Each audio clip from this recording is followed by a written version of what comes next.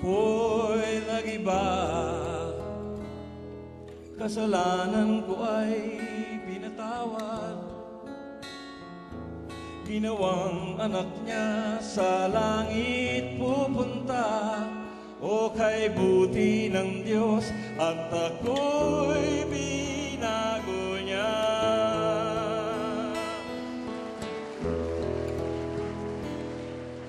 Lumipas ang mga taon, lalong naging tapat ang Panginoon sa aking mga pagkukulang. Siya ang nagtutuwid sa aking daan. Kung iisipin ko lamang, sa kahapon ko'y siya ang kulang sa lahat ng aking kailangan. Higit siya sa sino pa man. Ang aking buhay ay binago niya magmula nang ako'y magpasya. Nang sa aking puso'y paghariin siya, anong himala, ako'y nag-iba. Kasalanan ko ay pinatawad. Ginawang anak niya sa langit pupunta. O kay buti ng Diyos at ako'y binago niya.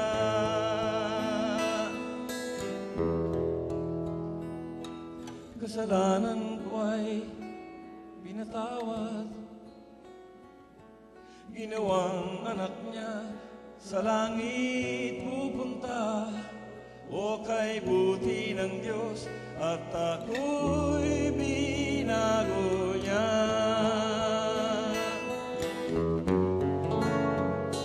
O kay buti ng Diyos at ako'y binago niya.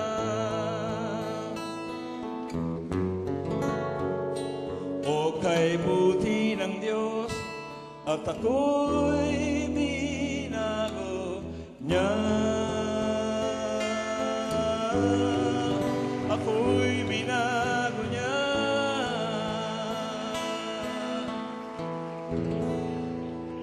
Tayo pong lahat ay manalangin.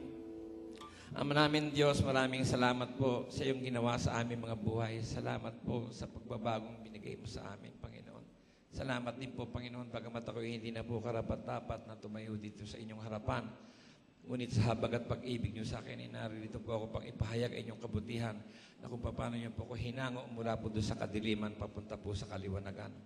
Panginoon, patuloy mo akong samahan ang lahat ng lalabas sa aking labi, sa aking bibig. Kayo po ang mangusap, Panginoon. Gamitin mo lamang kung daluyan inyong pagpapala, Panginoon.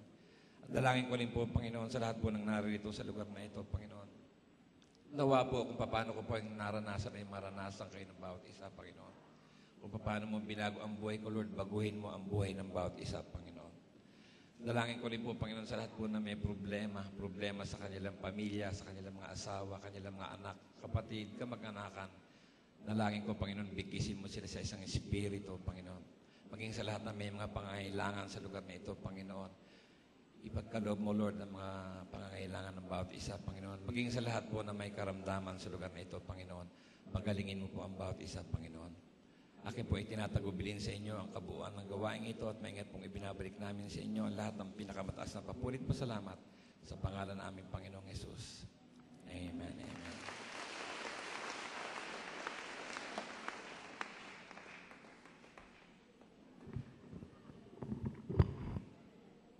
Magandang gabi po. Ako nga po ay anak ni Mang John. Sino po nakakilala sa inyo kay Dolphy? Wow, ang dami. Kay Jesus Christ, sino nakakilala sa inyo? Hindi nyo kilala. Pag si Jesus ang tinatanong, dalawang kamay tinataas. Taas ang dalawang kamay. Suko na tayo sa Panginoon Diyos. Palakpakan ninyo ang Panginoon Diyos. Isa lang ang start ng buhay natin. Baka mamaya nyo si Dolphy nandito, tumatalong pa kayo. Isa lang ang star ng buhay natin, si Jesus lang. Ano po, palakpakan natin ang Panginoon Diyos. Ako po ay pangatlo sa anak ni Dolphy. 6 po kami magkakapatid. Pero nung tumagal, dumami kami. Kami po ay naging 17. Actually, 18 kami. May adopted po sila ni Shasha na isa. Ano po?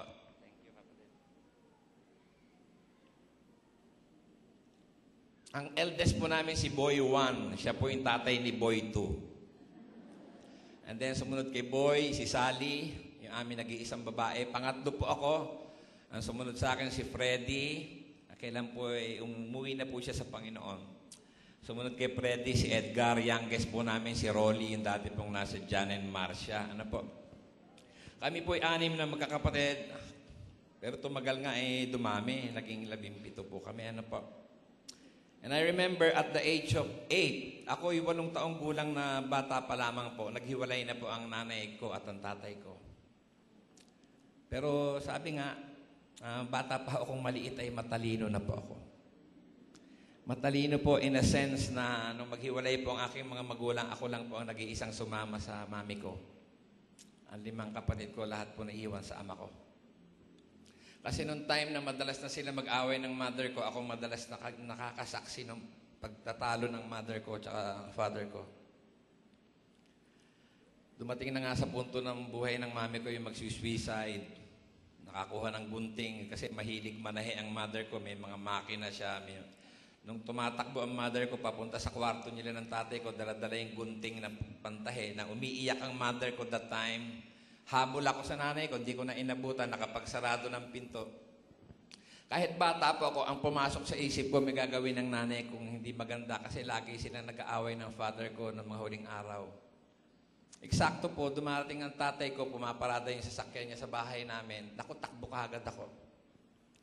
Iyak ako na iyak. Sabi ko, Daddy, nakita ko si Mami tumakbo sa kwarto niyo, dala-dala yung gunting.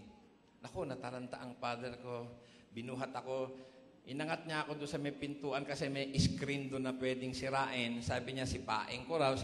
Nasipa ako, nakapasok po ako, nabuksan ko yung pinto. Nagpambuno na sila ng mother ko. Nahirapan po ang tatay ko kasi mas malaki nanay ko sa tatay ko. Ano po? Nakita ko po yung gunting, pumasok sa kamay ng nanay ko. Hanggang sa hindi na nga makatiis, lumabas ng bahay ang mother ko. Sinamahan ko ang nanay ko. Kami po ang unang bahay ni Dolphy dyan po sa La Loma. 2 karsada ang pagitan, may squatter area po doon. Doon ako madalas sinusundo ng nanay ko, nakikipaglaro sa mga bata doon. Kaya wala akong maisip kung saan ko dadarahin ng nanay ko nung nag-iiyak palabas ng bahay. Doon ko po dinala ang mother ko doon sa squatter area na yon. Siyempre, yung mga nakatira doon na naggulat, nagtataka sila, bakit dito nandiyan yung sabi, asawa ni Mandolphy, anak ni Mandolphy. Ba't dito nakatira yan? Kasi umupa kami ng mother ko na 1 kwarto. 1 kwarto na kasi laki lang ata ng organ. Ano? Na may 1 papag. Ang upa namin ng mother ko doon ay 20 pesos po. 1 buwan. Ano po? Doon po kami nakatira. Kaya nagugulat ang mga kapitbahay. Noong time na yun, kahit hiwalay ang nanay at ang tatay ko, ako'y patuloy na pinag-aaral ang daddy ko. Ako po ay nag-aaral sa Lourdes, Quezon City. Panghapon po ako.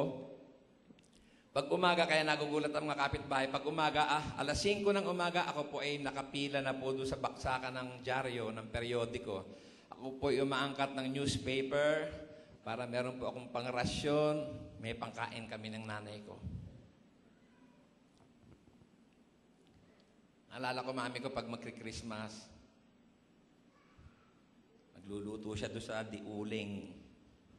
Bibigyan ako ng 5 piso that time. Naalala ko, sabi niya, bibili daw ako ng spaghetti, tasty. Sabi niya, doon daw kami pagsasaluhan namin, pag Noche Buena. Pero sabi niya, umuwi ka naman sa tatay mo, sa mga kapatid mo, bumati ka. Kasi malapit lang. Uwi ako doon, nakita ko tatay ko roon. Grabe, syempre yung lamesa ng daddy ko, nung daming handa, may mga hamon. Pero ako po ay naiiyak dahil naalala ko, mother ko, pawis, nagluluto doon sa iniwanan kong bahay. Naalala ko, daddy ko, nagtatampo pa sa akin. Sabi niya, ako daw ang junior, ba't di ako sumama sa kanya? Ang sagot ko sa daddy ko, naalala ko, maliit pa ako, daddy, 5 ang kasama mo, walang kasama ka, ako si mami. Ang mami ko po ay taga Mabalacat, Pampanga.